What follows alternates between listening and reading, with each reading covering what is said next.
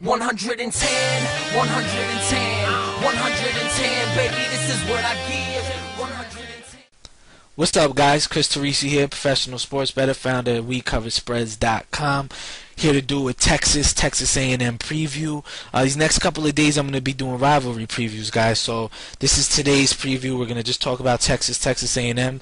Tomorrow, I'm going to do whatever you guys want. Just email me, WeCoverSpreads@gmail.com, or hit me up on Twitter.com, Chris Teresi, ChrisTorrisi. Hit me up on Twitter or email me what games you would like me to cover. I'll probably take the 2 or 3 most popular games I get the most requests on, and I'll do a rivalry video tomorrow on a couple of games, and then Thursday we'll get back to the normal market report videos. But until then, for today and tomorrow, since there's just a few, some college hoops and only no football games tomorrow and just one game tonight, I'll do the market report right on my Twitter page, so you guys could catch that there if you guys want. And to talk about this game here, the one thing that stood out at me was the total seemed to open a little bit high. I think at 54.5 or 54 seems a little high to me. A lot of people think, this is a Texas A&M team here that averages over 500 yards per game, but this isn't. This is a quality defense here in Texas, and Texas's defense, they're a stout defense, and if you look at them on the road, only giving up 17 points per game. And you look at them even altogether, they're stout. They're giving up only 3.1 yards per carry, only 5.7 yards per attempt. They have a very good secondary. They're keeping opponents under 200 passing yards per game, under 300 total yards per game, under 100 rushing yards per game.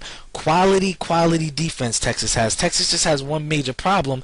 They have no quarterback, and they're banged up at running back right now, which is why they've only scored 18 points the last couple of games.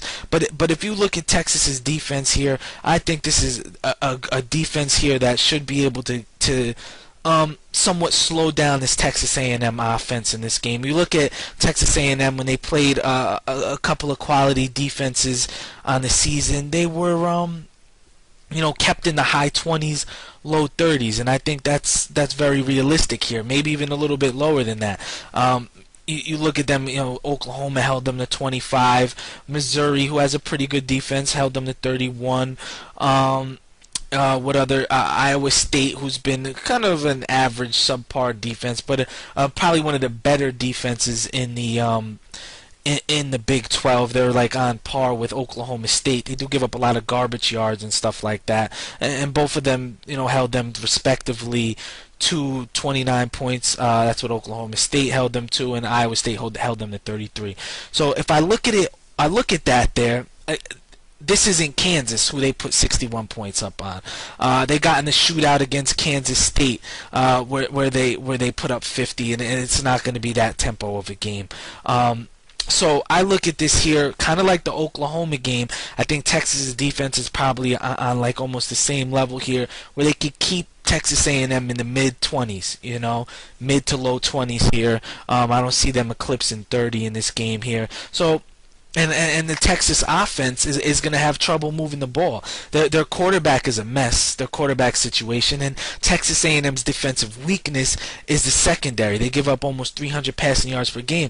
I don't see them being able to wing the ball here in this spot against this against his Texas A&M secondary, and they got to run the ball with a banged up backfield, but it still is Texas, and I know they could grab anybody off that bench and it'll be still a quality running back, but that's not the case in the quarterback position. They're a mess at quarterback, and Texas A&M is very stout against the run. They give up less than 3 yards per carry against the run, 2.7 overall on the season, and 2.5 yards per carry actually at home. So this is a team here, they're going to have probably, I don't see much struggle to keep, Texas, offense from putting up points here.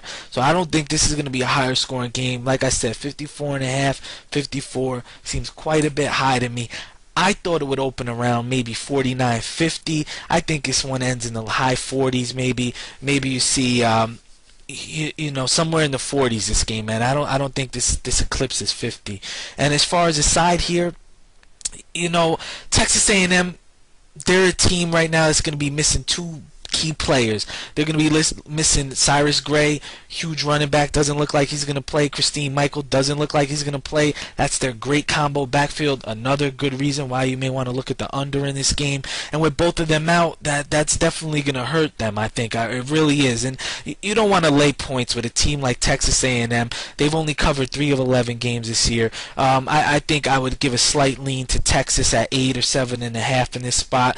We're starting to see the 8s disappear. I think the 7.5s will start to disappear. This game kind of sticks around 7 come Thanksgiving on Thursday. Most of the betting public will be on Texas A&M. They like to bet on teams with high-powered offenses, especially against a team like Texas who has struggled the last couple of weeks. They haven't covered. They lost outright, only putting up 18 points. So I think the betting public will think this is Texas A&M in a rout. But you may see Texas get up for this game here. They've done well in the road underdog role. Getting more than a field goal their last 5 times out. They've covered 4 out of 5.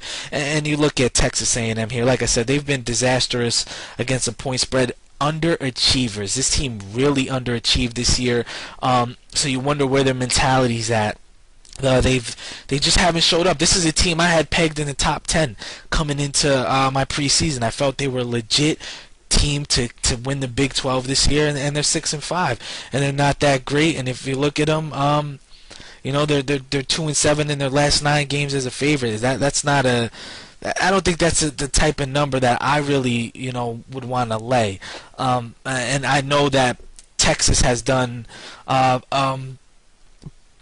pretty bad their last few trips here to College Station as far as point spread wise, but this is the one year where I think the tide may turn. I think there may be a little bit more value with Texas in this game here, because if you look at Texas's last few trips here, Texas A&M is covered a lot of times, but Texas A&M also was hefty dogs. You go back to 2005, they were a 28-point dog. You go back to 2006, they were a 14-point dog. And that game was in Texas. I'm sorry. So if you go back to 2005, they're a 28-point dog. You go back to 2007, they're a 7-point dog at home. So when they're a dog at home in this role, they do very good. In 2009, they were a 20-point dog. So they do good when they're getting points here. This time they're laying over a touchdown.